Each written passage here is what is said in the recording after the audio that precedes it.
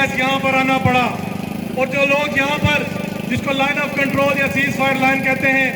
वहाँ पर बायस मजबूरी रह रहे थे और आर पार की गोलाबारी की वजह से जब इनके लोग शहीद हुए,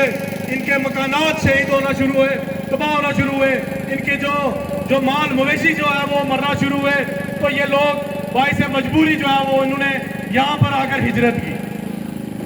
कोई बंदा शौक से नहीं आया, मजबूरी के बायस अपने आबाओ अजदाद की कब्रें, अपने आबाओ अजदाद की ज़मीनें जो है वो वहाँ पर छोड़कर जो है ये लोग यहाँ पर आज यहाँ पर 2-2, 3-3 कमरों में जो है वो 20-20, 15-15 लोग बायस मजबूरी रह रहे हैं। मैं आज़ाद कश्मीर के इन नाम नियाज़ हुक्मरानों तक ये बात पहुँचाना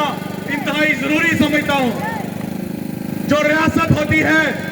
जो रियासत के हुक्मरान होते हैं, अगर रियासत पर कोई मसला पहुंचे, अगर रियासत के लोगों पर कोई मसला पहुंचे, कोई आफत आन पहुंचे, तो रियासत का काम होता है अपने शहरियों का तहफ़्फ़ुज़ करना। अगर कोई सैलाब आता है, ज़लज़ला आता है, कोई जंग लगती है, तो रियासत का काम होता है अपने लोगों को तहफ़्फ़ुज़ देना, उनके घर बार, उनके माल मवेशी को जो है वो बाहिफाजत ठिकाने लगाना। लेकिन हम देखते हैं कि 77-78 सालों में इस आज़ाद कश्मीर के अंदर, इस मुजफ्फराबाद की असेंबली के अंदर बैठे ये 53 चोरों का टोला, इन्होंने सिर्फ अपने बारे में सोचा, सिर्फ अपने बारे में, कभी यहाँ के रहने वालों के बारे में कभी नहीं सोचा।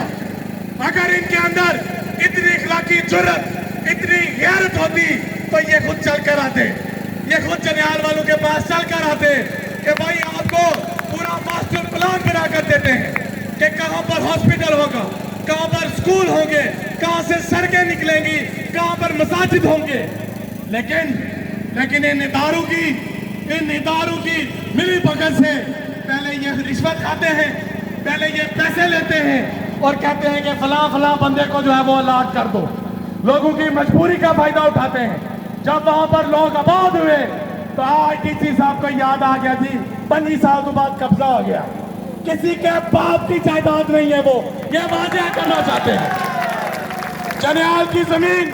जनियाल के रहने वालों की है। वजीर आजम, तुम दुनिया की फौज लेकर आओ, हम देखते हैं कि तुम वहां से जनियाल के बातियों को कैसे निकालते हो। बिल्कुल वाजिया करना चाहते हैं। अगर किसी को पकड़ना है,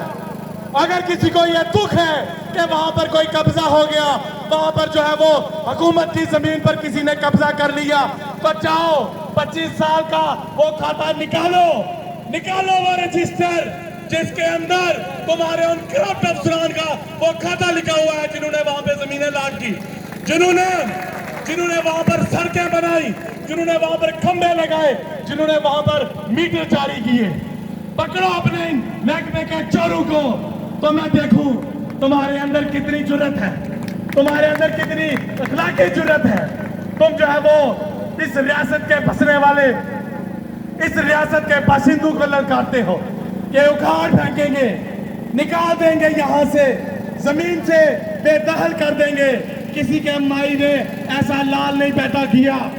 किसी के बाप में ऐसी जुर्रत नहीं है। मैं इस जिले की इंतजामिया को और आजाद कश्मीर की हुकूमत को बिल्कुल ये दो टोक पावर करवाना चाहता हूँ कि सिर्फ जनियाल का मसला नहीं है। आज सिर्फ अहलियाने जनियाल निकले हैं। ये F2 की कच्ची बस्ती, जिसको कच्ची बस्ती कहते हैं साउथ,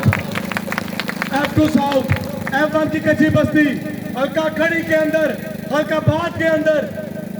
यहाँ पर जितने भी लोग रहते हैं जिनको मालकाना हकूक नहीं दिए कि उन सब के जो है वो मालकाना हकूक दिए जाए। और ये बिल्कुल वाज़ेह बता रहा हूँ कि 75 सालों में जिन हुक्मरानों की हमने बड़ी इज्जत की, जिन हुक्मरानों के गली मोहल्ले बनाने में हमने जो है उनके गले में मालाएं डाली, फूल निछावर किए, हमारे चौधरी साहब, राजा साहब, सरदार साहब आ गए। बिल्कुल बड़ी वजाहत से मैं ये बताना चाहता हूँ, खुदा की कसम, इन इलेक्शनों में ये अवाम आपको जूते मारेगी, जूते, ये बात याद रखना। किसे भले खेचना रहे कि बरादरी ना काट खेचसा, इलाके ना काट खेचसा, या किसी किस्म की 2 नंबरी करने की कोशिश करसा। उन्हें लोग बाशऊर हो चुके, उन असाने लोग नहीं हमने तुसा नहीं चदराट ने थल्ले तुसा ने राजवाड़े उन्हें थल्ले नहीं आन लगे ये लोग टूटी नलके नहीं खंबे नहीं सियासत नहीं हमने उन असा अपने आखिरी गल कर सकते अपने हकूक की बात करेंगे हम अब हमें हमारे हकूक हमारी तहरीर पर मिलने चाहिए नहीं चाहेंगे हम किसी भी वडेरे के पास किसी भी मिनिस्टर के दफ्तर में किसी भी चोर इस ब्यूरोक्रेसी के अफसर के पास नहीं चलकर जाएंगे अगर किसी के अंदर इतनी गैरत है कोई मसला है तो वो आएगा वो सड़कों पर आएगा वो हमारे पास आएगा वो आवाम के दरमियान आएगा तभी वो यहाँ पर मुलाजमत कर सकता है हम टैक्स देते हैं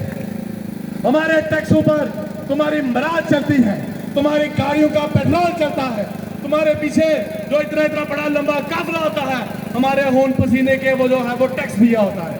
और कहानियां देखें डीसी साहब यहाँ पर आ जाएं वो अपनी गाड़ी बंद नहीं करेंगे नीचे नहीं आएंगे अवाम में आकर नहीं बैठेंगे अवाम के साथ आकर बात नहीं करेंगे आज को मसला है तो 10 बंदे आ जाओ डीसी आपस लानत भेजते हैं तुम्हारे दफ्तरों पर लानत भेजते हैं अगर बात करनी है मुज़ाकरात करने हैं तो तुम्हें सड़कों पर आना होगा याद हो सी वाई क्रॉस पुत्र थला पालिया सी गड्डी ना बैठे हमने किया था बंद बिजली की वजह से आए थे ये जिले इंतजामिया के लोग क्या जी दफ्तर में बैठ के बात करते हैं हमने कहा ये सड़क है यहाँ पर बैठोगे यहाँ पे बैठे हुए जो लोग हैं उनके मुलाजम हो तुम्हें यहाँ पर इस तपती हुई सड़क पर बैठना पड़ेगा हम नहीं किसी दफ्तर में बैठेंगे और एक बात क्योंकि गुफ्तगू लंबी होगी आखिरी बात मैं करूंगा कि जंडियाल की हमारी एक बहन का मसला बना वो MDHA के दफ्तर में गई वहां पर उसको हरासा करने की कोशिश की गई उसको जो है वो उसके सामने गंदे अल्फाज इस्तेमाल किए गए जब यह मामला मेरे तक पहुंचा मैंने किसी कमेटी को इसमें शामिल नहीं किया बतौर वकील वो मेरे पास आई जंडियाल के मेरे दोस्त हैं उनके थ्रू वो जब मेरे पास आए तो मैं उनको उनकी जब मैंने सारी बात सुनी तो मैं जो है वो MDHA के दफ्तर में चला गया हूँ वहां पर जो बैठे हुए तहसीलदार साहब हैं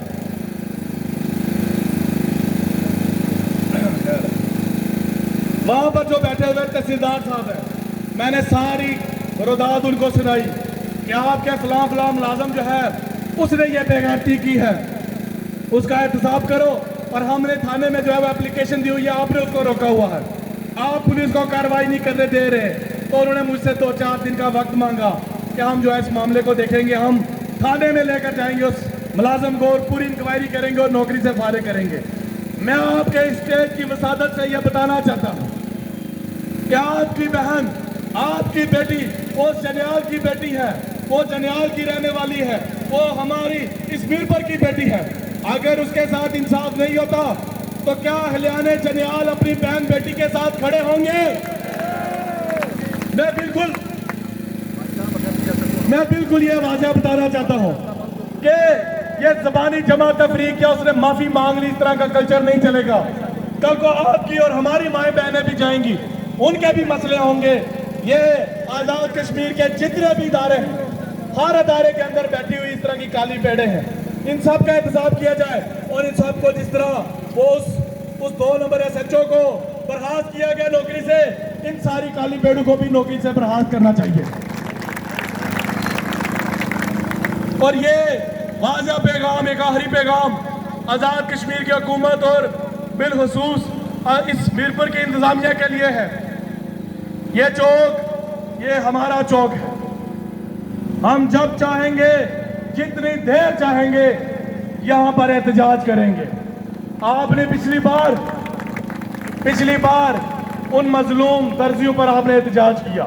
हमारा इस पे कोई जो है वो हमारा कोई इस पे मसला नहीं है कि उनका एहतजाज सही था या गलत था उनका मुतालबा सही था या गलत था लेकिन वो लोग एहतजाज कर रहे थे एहतजाज करना हर पुरअमन शहरी का हक है चाहे वो गलत है या सही है इंतजामिया के साथ बैठकर मुज़ाकरात भी हो सकते हैं लेकिन लाठीचार्ज करना मजलूम लोगों पर नाते शहरियों पर जो है वो लाठियां बरसाना जब हमारे लोगों ने उन मासूम लोगों ने गिरफ्तारियां दे दी दुकानों के अंदर से जाकर उनको जो है वो लाठियां बरसाकर गिरफ्तार किया गया और थाने के अंदर ले गए मैं ये पैगाम देना चाहता हूँ कि पुत्रों बहुत मासूम लोग से मैं बोले नहीं आओ ना उन आओ क्या शौक है आओ नहीं बंद कर सकते। किसी की प्योर ही जायदाद नहीं है। ये रियासत के बाशिंदे बैठे, इस शहर के पुत्र बैठे। आओ खिलवा के वैसा रोड मना सकेंगे। आपकी समातों का बहुत बहुत शुक्रिया।